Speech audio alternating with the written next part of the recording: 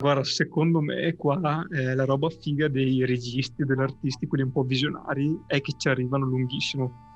Cioè, tipo, per te a me fa morire anche il discorso, tipo i Simpson l'avevano predetto, nel film quello era stato predetto. In verità non è che è stato predetto, è che di solito l'artista non si pone il problema dell'esecuzione. Cioè, tipo, vede così avanti che nel vedere così avanti effettivamente va a beccare dei temi che sono contemporanei, però te lo dicevano 20 anni fa, 30 anni fa. E fatalità, di solito le previsioni le trovi nel mondo dell'arte e non le trovi nel mondo della tecnica, se ci fai caso. Perché secondo me nell'arte appunto vai proprio a far cercare di fare quel passo così avanti che ogni tanto ci vedi. Pensiero laterale che ti porta oltre le cose che sai già, e quindi le cose che sai già vorrebbe dire raccontare ciò che c'è oggi. Quando tu invece vai di pensiero creativo, vai oltre a ipotizzare ciò che sarà, e qualcuno poi ci becca. Bei temi anche quelli. No, secondo me sul mondo, sai cosa? Perché il mondo dell'arte è spesso considerato inutile, principalmente, cioè tipo diciamo un po' perdi tempo, cioè anche tra virgolette ti dai quasi l'atteggiamento, no? Quello che va a leggere o va a studiare cose dell'arte, che alla fine dici, ma alla fine concretamente cosa ti serve? Secondo me se tu lo vedi con una chiave un pochino più di concetto, effettivamente rischi di vedere cose o rischi di fare dei ragionamenti che sono molto intensi, molto più di quello che troveresti su un manuale di crescita personale o manuale di imprenditoria o di, cioè il classico tecnicismo, fai questo, questo, questo e quest'altro e arrivi a questo risultato. Quelli lì molto probabilmente non ti spiegano il percorso, giusto per stare sempre nei temi, ma ad un certo punto tipo ti arriva lampante. E secondo me è molto nei cartoni animati. Pixar secondo me su questo è molto molto brava. Pixar anzi è molto. Guarda, un'ultima cosa poi mi taccio, e la tendenza odierna è quella di spostare tutto verso un'elaborazione più tecnologica, più tecnica, più logico-razionale, e quindi di fatto oggi sembra essere sempre meno importante studiare le materie umanistiche, la filosofia, queste cose qui. Ecco, se io dovessi iscrivermi all'università oggi, mi iscriverei a filosofia, cioè quella materia che ti insegna a pensare. Ma tra l'altro, guarda, rimanendo sempre nel mondo dei film, se tu pensi anche il discorso del lutto, tipo Il Re Leone, Dumbo, Bambi, cioè sono film che al loro interno avevano il momento del lutto, e quindi secondo me per dirti un bimbo comunque piccolo inizia già a fare un certo tipo di pensiero su cosa potrebbe succedere nel mondo reale. Se fai caso oggi vengono completamente tolti i temi, cioè per dirti anche nei videogiochi molto spesso le persone non muoiono più, cioè tipo si fanno del male, vengono messi in parte, ma non c'è più il senso non c'è più quel personaggio. È interessante, secondo me è un tema interessante questo qua, come un'altra puntata su questa cosa.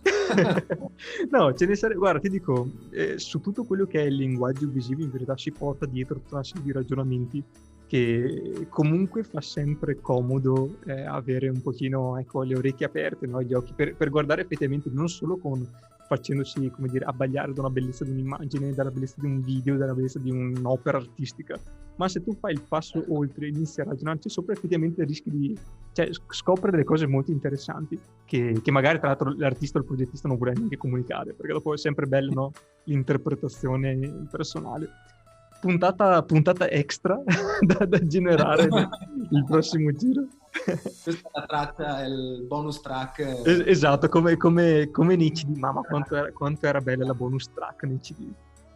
Pensa che io mi sentivo praticamente, la sensazione era tipo quello, ho scoperto una cosa che nessuno sa, ho trovato la bonus track tipo dell'ultima traccia. Mi sento un boomer al 100% con questo ragionamento che avevo i CD. Che bello, bellissimi mondi. Comunque, ritorniamo un attimo al nostro concetto. È sempre bello fare un pochino di ragionamenti extra, però in verità tipo quello che vorrei portare oggi o il ragionamento che appunto, o il percorso che in realtà le cose che stavamo dicendo secondo me hanno più che senso, perché comunque sono tutte cose che girano attorno a tutti i ragionamenti che abbiamo fatto. Abbiamo pensato tanto e abbiamo parlato tanto su come migliorare noi stessi, come fare un piccolo percorso di crescita personale, o chiamiamolo, insomma, adesso non so esattamente come dire la parola corretta, però comunque sono delle riflessioni, secondo me, su noi stessi e su quello che ci piace, quello che vorremmo diventare, quello che vorremmo essere. Avrei un'altra domanda per te, nel senso, possiamo anche migliorare o aiutare chi ci circonda o chi abbiamo vicino, o dobbiamo semplicemente lavorare su noi stessi e ignorare, tra virgolette, chi abbiamo vicino, cioè lasciando di fare, anzi, le loro scelte? È molto interessante anche questa prospettiva qui. Allora, senza dubbio, nelle scorse puntate abbiamo messo al centro, se vuoi, noi stessi, il nostro sé, quindi abbiamo lavorato su di noi, tra virgolette, un po' infischiandocene delle persone o di chi ci sta attorno. E secondo me inizialmente il lavoro è corretto che iniziamo a farlo su noi stessi, nel senso che finché non lavoriamo su noi stessi e non prendiamo consapevolezza di alcune cose, difficilmente possiamo arrivare ad interagire con gli altri su un piano differente. Quindi è corretto, secondo me, anche quel passaggio che abbiamo fatto noi, che è venuto un po' anche casuale, se vuoi, di iniziare a parlare di noi. Adesso, se vuoi, siamo pronti a iniziare a parlare anche di chi ci sta vicino. E qui la domanda che viene spontanea è ok aiutare gli altri, ma di che cosa hanno bisogno gli altri?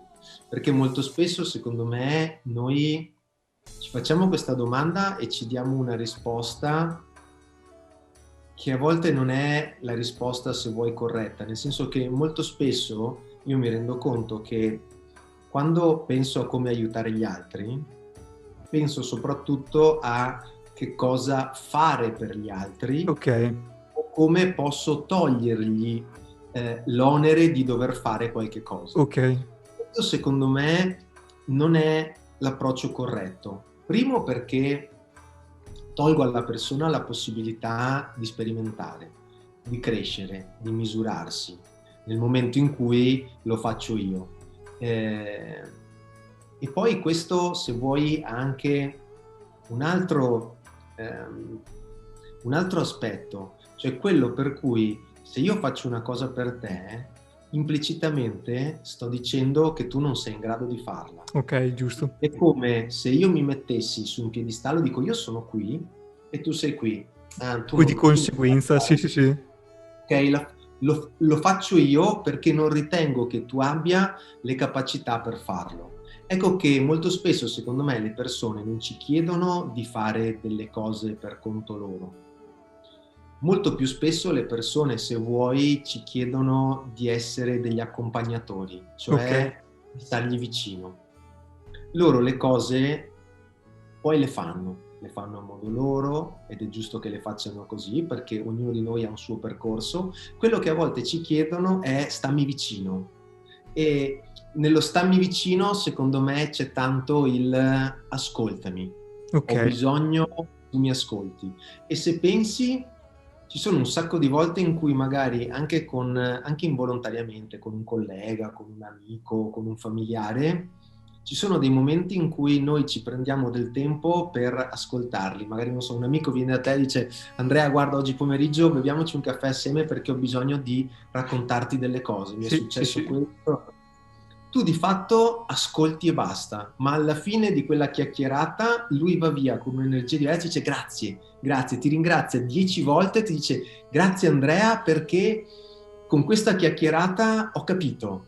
Okay? E tu dentro di te dici: ma io non ti ho detto niente, hai parlato sempre te. E quindi il tema dell'ascolto, secondo me, è uno dei temi fondamentali su cui ragionare nel momento in cui vogliamo essere di aiuto agli altri. È importantissimo. Non so se io mi rendo conto che tantissimi non ascoltano, cioè che al di là del cercare di creare un discorso, molto spesso ma sia lavorativamente che personalmente, cioè secondo me questo è un discorso molto generico, quando parli con delle persone ti accorgi che loro sono concentrati nel loro ragionamento e aspettano solo di intervenire su quello che stai dicendo per continuare o per proseguire, cioè non c'è una Adesso non so se esiste magari una tecnica di ascolto, cioè diciamo che noi cresciamo come a respirare, no? Sei abituato ad ascoltare o come dire a percepire dei rumori più che ascoltare e magari non decodifichi o non stai veramente ascoltando, quindi diventa solo rumore di sottofondo, no?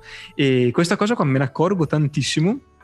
A dire la verità, dal punto di vista lavorativo ho avuto molte conferme da clienti che sto seguendo, insomma che ho avuto dei rapporti nel mio percorso, che erano scontenti di altre persone con cui erano entrati in contatto perché non riuscivano ad ascoltare. Cioè, io ti sto dicendo una cosa e tu non la capisci, non la senti, perché anche a livello di percezione non la sento, e soprattutto non stiamo parlando lo stesso linguaggio. Cioè io ti dico una cosa e non arriva e tu mi rispondi un'altra, quindi e questa cosa qua secondo me c'è nel mondo lavorativo, ma c'è anche nel mondo personale. Cioè quante volte tu parli con delle persone e vedi che non cioè tecnicamente stanno parlando ad un muro di gomma, cioè tu non sei uno specchio a cui semplicemente, cioè potrebbero parlare a te ma potrebbero parlare ad un altro, non c'è una... è anche un dare avere, no? Un dare e ricevere, cioè creare un discorso. Questa cosa qua dell'ascolto secondo me manca tanto, non so se è un tema di educazione, di crescita, di attenzione, però sicuramente magari sai dirmi qualcosa in più su questo argomento. Io lo vedo come una delle cose fondamentali che però sono... cioè, adesso non so statistiche o cose, però tra tante persone con cui ho a che fare giornalmente effettivamente molto spesso sento questa mancanza di attenzione delle persone, sia dal punto di vista dell'attenzione, quindi magari ti ascoltano i primi 5 secondi e poi si perdono.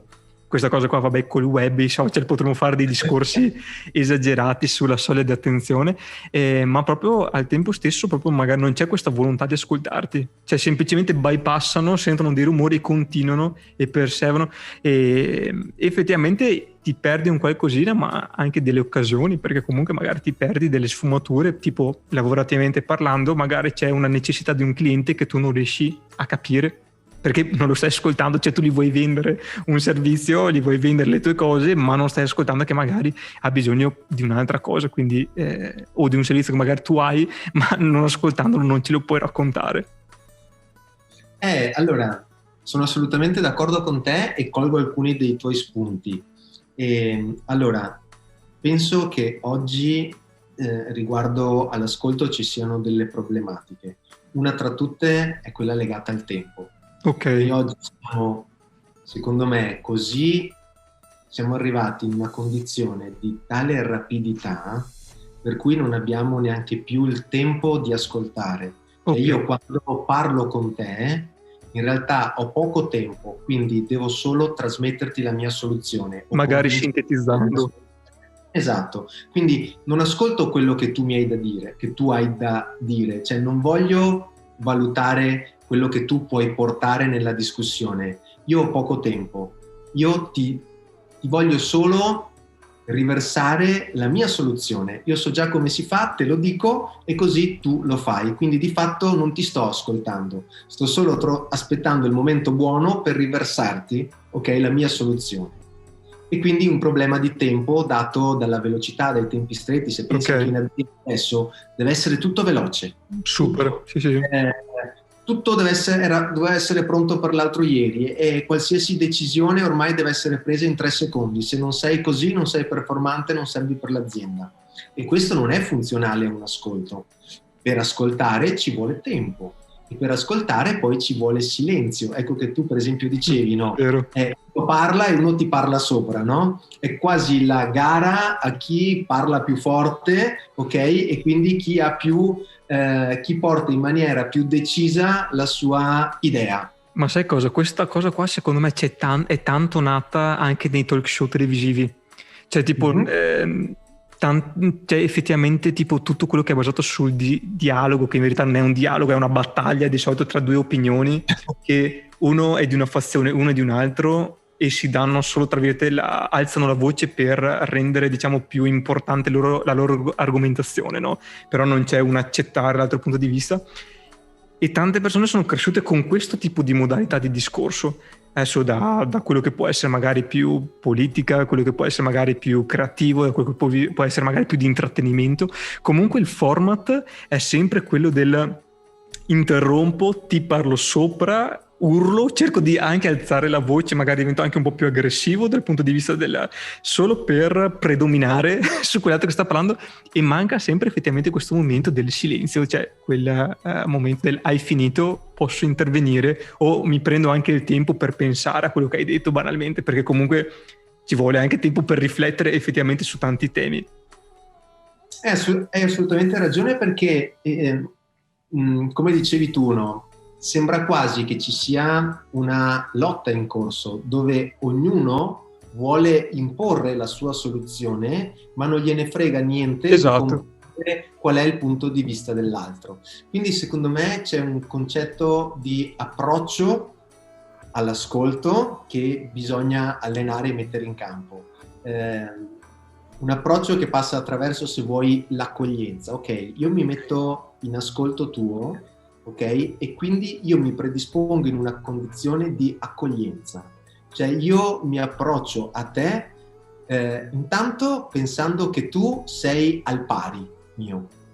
Quindi non posso io pensare di approcciare te pensando di essere io nel giusto e tu nello sbagliato. Okay. Quindi un'accoglienza che passa attraverso lo stare sullo stesso piano.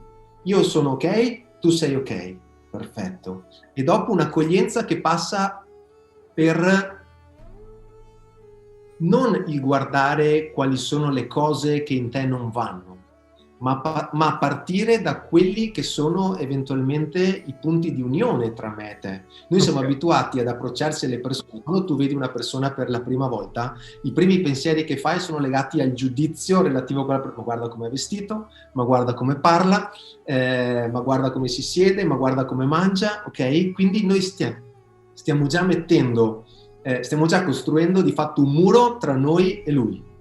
In realtà invece approcciamo la persona guardando le cose buone di quella persona, cioè quelle che ci piacciono, non quelle che non ci piacciono. Questo è già, se vuoi, un presupposto per approcciarsi. Poi c'è un concetto, se vuoi, anche di alleanza. Io e te stiamo parlando con l'idea che tu porti una soluzione, io ne porto un'altra, e l'unione delle due soluzioni può essere una soluzione migliore. Esatto. È come se 1 più 1 in questo caso facesse 3. Non è un 1 che scaccia l'altro 1. Quindi noi quando parliamo siamo in alleanza. Guarda, mi ha fatto... La comunicazione di fatto è un dono, è il donare all'altro qualche cosa di sé perché l'altro lo possa prendere e a sua volta rendere migliore. E quindi alla fine esca qualche cosa che è più del prodotto della somma delle due cose. Mi ha fatto venire un mega flash, perché praticamente qualche settimana fa ero stato coinvolto da una riunione aziendale in cui c'erano tanti attori che ognuno portava praticamente la sua versione di un progetto, ed era molto particolare perché in pratica 2 di queste persone che trattavano lo stesso argomento hanno iniziato a fare la battaglia per chi ne sapeva di più, e la cosa più assurda è che dicevano entrambi la stessa cosa, però dato che uno voleva predominare sull'altro e non gli dava il tempo per cioè non avevano il tempo per rendersi conto che stavano dicendo esattamente la stessa cosa, è stato incredibile che sono andati 20 minuti, anche non dico scontrandosi verbalmente, però sai, quando inizia ad essere un pochino convinto sulle tue ragioni, quando era evidentissimo che stavano dicendo esattamente le stesse cose, perché non sentivano quello dall'altra parte, cioè era diventato solo un me contro te, e dimostrare che io ne so di più di te. Ed è incredibile perché effettivamente dicevano la stessa cosa e banalmente potevano compensare, condensare le loro nozioni e dare una visione magari più a 360 gradi, un pochino più rotonda del loro concetto. È pazzesco, veramente un tema interessante. Questo, quindi, se vuoi, l'ascolto passa attraverso anche un approccio iniziale, che è quello che abbiamo detto adesso. Poi l'ascolto, se vuoi, torniamo su un tema che abbiamo anche già trattato, il silenzio. Il silenzio è fondamentale, perché il silenzio è lo spazio che io concedo all'altro per attingere anche a stati di consapevolezza rispetto a ciò che mi sta dicendo più profondi. Mi spiego con un esempio. Sto passeggiando per strada e incontro un amico, no? E la conversazione di solito funziona così. Ciao Andrea, ciao Matteo, come stai? Tutto bene? E al lavoro? Tutto bene? Ok, ciao, ciao. Ok? Su un piano superficialissimo, botta e risposta così, pim pum, pensatelo invece in questo modo qua. Ciao Andrea, ciao Matteo, come stai? Bene. Sì, bene, ma sai, non benissimo, perché in realtà al lavoro ho dei problemi. E tu, zitto ancora. Ho dei problemi che mi pesano molto effettivamente e sento che questa cosa qui è una cosa che devo veramente risolvere. Ah, hai qualche idea in merito a come la puoi risolvere? Zitto. No, non ci ho ancora pensato, però guarda, intanto grazie perché insomma aver avuto questo confronto con te, anche queste due parole mi sono servite perché comunque mi è stato utile. Dai, grazie, ci vediamo presto. Mhm. Ciao. Ecco che nel silenzio la persona che sta davanti a noi trova quello spazio-tempo per attingere a uno stato di consapevolezza rispetto a quello che sta dicendo più profondo, perché noi proprio per la fretta che abbiamo di comunicare, di solito comunichiamo a questo livello qui, Sì, cioè quello super delle superficiale. domande, delle risposte pronte, Che è un il livello classico. molto superficiale. Che è il classico ciao come va via telefonica, cioè ciao come va e tu non fai neanche tempo a dire bene che quell'altro ha già iniziato la frase, che a quel punto dici cosa serve che me lo stai chiedendo. Tu prova invece, dopo quel ciao come va e quel bene, a stare in silenzio. 10 secondi di silenzio. Attimo, se vuoi, anche di disagio, no? Perché si crea una sorta di frizione, ma magicamente scoprirai che nella stragrande maggioranza dei casi chi ti ha detto bene riprenderà il discorso ed aggiungerà qualche cosa e inizierà a dirtelo da qui. Mhm. Se tu aspetti ancora un po', inizierà a dirti delle cose che Abbasso. vanno da qui. E man mano che va giù, sentirai una profondità diversa nei contenuti che la persona ti porta. Ecco che il silenzio è un dono.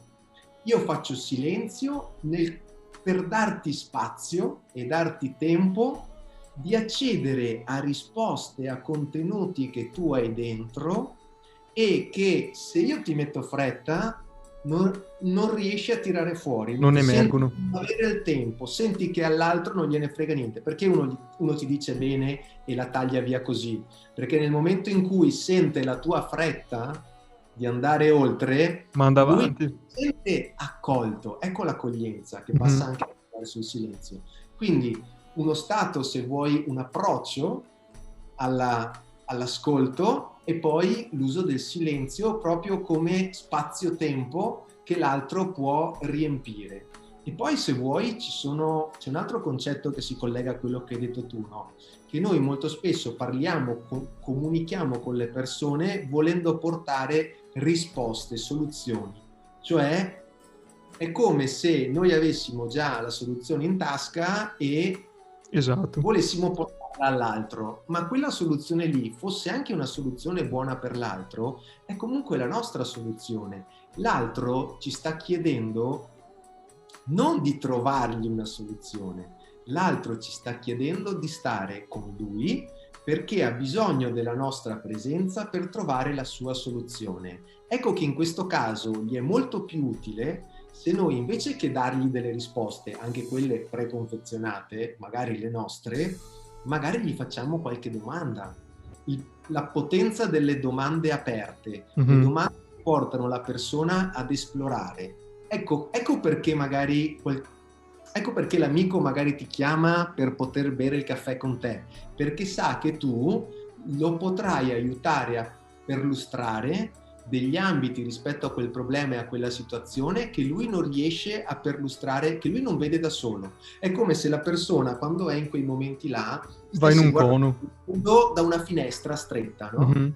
E quindi viene da te e ti dice: mi aiuti a guardare da un'altra finestra? E tu attraverso le domande che gli fai, domande aperte, è come se prendessi questa finestra e gliela allargassi in maniera tale che lui possa vedere più cose rispetto a quelle che vede prima.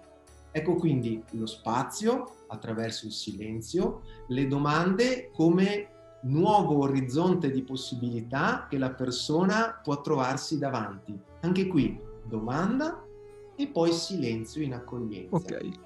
Se vuoi, l'ultimo strumento può essere quello del feedback, perché quel concetto che dicevi prima di rispecchiamento, ti ridico le cose che mi hai detto, a volte può essere, secondo me, utile. Perché molto spesso noi quando diciamo le cose, anche per un po' per abitudine, perché diciamo delle cose che ormai ci siamo detti e ridetti 50.000 volte, quindi diciamo in maniera automatica. Esatto, è sempre di quella. Quando le diciamo non ci ascoltiamo neanche. Ecco che la persona che abbiamo davanti, se ti dice Andrea, se ho capito bene, mi stai dicendo questo, questo e questo, a quel punto lì, nel momento in cui tu stai parlando e sei in una danza di ascolto dell'altro, dici ma ho detto veramente questa cosa qua? Ma io non mi ero accorto di aver usato queste parole, no? Ecco che attraverso il tuo rispecchiamento, attraverso questo feedback che tu dai alla persona, lui nuovamente attinge a stati di consapevolezza più profondi rispetto a quello che ha detto. Anche se tu, per esempio, quando una persona ti parla, no? Magari dice, sai, sono in un momento di crisi, perché per me questa crisi è determinante, perché questa crisi me la porto avanti. Caspita, in 30 secondi ha detto 3 volte crisi. Ecco che per esempio una buona domanda potrebbe essere: Andrea, io ho sentito ripetere crisi 3 volte in 30 secondi, ma cos'è per te la crisi? Cosa significa per te crisi? Ecco che la persona dice: davvero ho usato la parola crisi? E dietro a quella parola lì probabilmente c'è parte del suo problema e magari c'è anche uno spunto per la sua soluzione. Ma lui ormai non se ne accorge più perché lui va in automatico, dice crisi in automatico e non dà più peso a quella parola, che dietro però ha un significato per lui che lui non ha mai ascoltato o non si è mai permesso di ascoltare. Ecco che noi possiamo essere di aiuto in quel caso. Ritorno un attimo al discorso delle domande aperte. Mi fai un esempio di domanda aperta, diciamo, utile per appunto questo tipo di dialoghi? Allora, domande aperte sono tutte quelle domande che iniziano con come, quando, cosa, in che modo, in che senso, cioè sono tutte quelle domande dove la risposta non è predeterminata. Okay. Ma richiedono una riflessione alla persona. Ok, ho capito. Cioè, se io ti chiedo come vedi questa cosa che mi stai raccontando, oppure come ti fa sentire questa cosa, tu per rispondere a questa domanda in realtà devi fare una riflessione.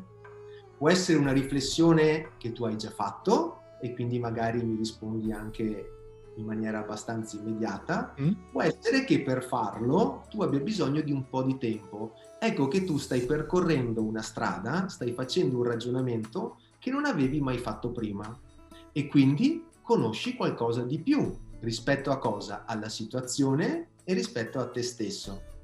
Una cosa diversa è quando io ti do già la soluzione. Beh, guarda Andrea, potresti fare così e così, quale scegli? Quest'altro.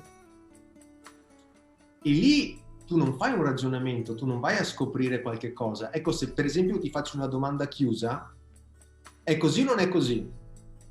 Oppure, che cosa scegli tra questo e questo? Io ti sto di fatto indirizzando verso qualcosa, non permettendoti di esplorare. Con la domanda aperta, invece, la persona può esplorare. E quindi ecco che domanda aperta e poi silenzio aiuta la persona ad esplorare, a percorrere strade che non aveva ancora percorso. Ecco l'aiuto che noi possiamo dare all'altro, portarlo a percorrere strade che da solo non trova il modo di percorrere. Ti faccio un'altra domanda sulle domande, ma io posso anche porre domande a me stesso? Cioè, ok, questo discorso del dialogo secondo me è molto utile quando hai due persone magari per entrare più in contatto. Adesso dipende chiaramente anche da persona a persona, perché immagino che se è uno sconosciuto ci sta fino a un certo punto chiaramente fare un certo tipo di percorso insieme, magari se tipo è la tua ragazza o il tuo ragazzo o dei contatti magari familiari o amici cari, come dire, sei più incentivato anche ad andare a scavare. Ma io posso fare anche questo tipo di percorso con me stesso, cioè posso iniziare a farmi delle domande aperte e iniziarmi a rispondere, e su tale risposta posso farmi un'altra domanda ancora, o è controproducente? No, no, assolutamente sì, è qualcosa che possiamo fare assolutamente. E a me verrebbe da chiedere un po' a tutti quanti, quante volte noi nel corso della giornata ci facciamo delle domande aperte? Cioè, solitamente noi prendiamo un sacco di decisioni durante il giorno, ma non ci fermiamo mai a farci una domanda o ci Vero? facciamo molto poco ci facciamo delle domande. Pensa se ci facciamo, pensa quante poche volte, praticamente mai, facciamo un processo di conoscenza interiore che passa attraverso, come dicevi tu, mi faccio una domanda e poi me ne faccio un'altra e poi me ne faccio un'altra e poi me ne faccio un'altra. Praticamente mai. Tipo, non lo so, perché questa sera, pur avendo fatto 500.000 cose durante il giorno, mi sento vuoto? Sento come se non avessi fatto niente, come se le tante cose che ho fatto mi fossero passate tra le dita come la sabbia. Questa è la domanda che uno si potrebbe fare magari la sera nel letto prima di prendere sonno e magari si darà una risposta. Ma la cosa interessante è non fermarsi a quella risposta, poi farsi un'altra domanda rispetto alla risposta che ci si è dati, perché allora è sempre il concetto di scendere. Esatto. Scendi sempre più in profondità dentro te stesso. Che cosa scopri? Scopri delle cose anche fastidiose, scopri un sacco di cose che molto spesso tendi a nascondere sotto il tappeto, perché è più comodo nascondere che guardarli in faccia. È che purtroppo poi queste cose che nascondi sotto al tappeto e sono dei granellini di sabbia, hanno il problema che nei momenti critici quei granellini di sabbia si fanno sentire. Quindi tu pensi di averli nascosti perché mediamente riesci a gestirli. Li nascondi, non li senti, fai finta di niente. È che nei momenti in cui non sei più nella via di mezzo, ma sei in crisi, quei sassolini diventano dei sassi, diventano dei massi dove continui ad inciamparti in continuazione. Allora, non vale forse la pena, invece che nasconderli quando sono dei granellini di sabbia sotto il tappeto, iniziare a guardarli e magari iniziare anche a scoparli via? Perché quando sono granellini in realtà sono un po' più affrontabili. Il problema è che se li nascondi quando sono dei granellini, poi nel momento in cui si trasformano in dei massi, lì sono un po' più dolorosi. Però per scoprire questi sassolini, questi granellini, in realtà devi farti delle domande. E allora quel processo che dicevi tu va assolutamente bene, ma riuscissimo a farlo ogni giorno, almeno una volta al giorno, prenderci un quarto d'ora per fare questo dialogo con noi stessi. Ecco che a volte effettivamente può essere più facile magari farlo con una persona amica, con un conoscente, con un familiare, perché magari fare le cose in compagnia le rende un pochino più semplici, no? È come se tu devi andare a correre da solo, esatto. una sera non hai voglia e l'altra sera è tardi, una sera piove. Se invece vai a correre con l'amico, il fatto stesso di avere l'amico che ti viene a suonare, l'amico che ti ha mandato il messaggio, sai che l'amico ti aspetta, hai una responsabilità diversa, ma hai anche un piacere diverso di fare quella cosa perché la condividi e quindi diventa più semplice. Ecco che l'aiuto che possiamo dare alle persone è proprio quello di diventare degli ascoltatori che poi fanno anche delle domande funzionali ad aiutare la persona a entrare un po' più in contatto con se stessa. Vedi che poi alla fine si gira sempre attorno alle stesse cose, si passa sempre attraverso la conoscenza di sé, perché quando tu conosci come sei, cosa vuoi, dove vuoi andare, poi non è che diventa tutto più semplice, però almeno hai quella famosa direzione di cui parlavamo, mi pare 2 volte fa, no? Esatto. Non diventa semplice niente, però almeno hai una direzione. Quindi tra l'andare a caso e l'avere una direzione, siccome si fa fatica comunque, almeno meglio trovare una direzione, perché così nel momento in cui parto, almeno sono più il mio incedere è più funzionale, è più ottimizzato. Se devo fare 50 km a caso, magari arrivo a 5 metri da casa perché ho zizzagato per giorni e giorni. Se devo fare 50 km verso una direzione, dopo tot giorni io sarò 50 km da casa, quindi avrò fatto molta più strada, però mi serve una direzione. Guarda, non mi ricordo se l'avevo letto, l'avevo sentito da qualche parte, però la citazione era una cosa del genere, che non importa le risposte che ti dai, ma le domande che ti fai. Cioè sono più importanti le domande delle risposte, e molto probabilmente potrebbe essere la sintesi di questo tipo di ragionamento che stiamo facendo, cioè farsi le giuste domande o fare le giuste domande anche le persone molto probabilmente sono molto più utili di un tuo pensiero o di una tua risposta che magari potrebbe essere magari un po' più superficiale.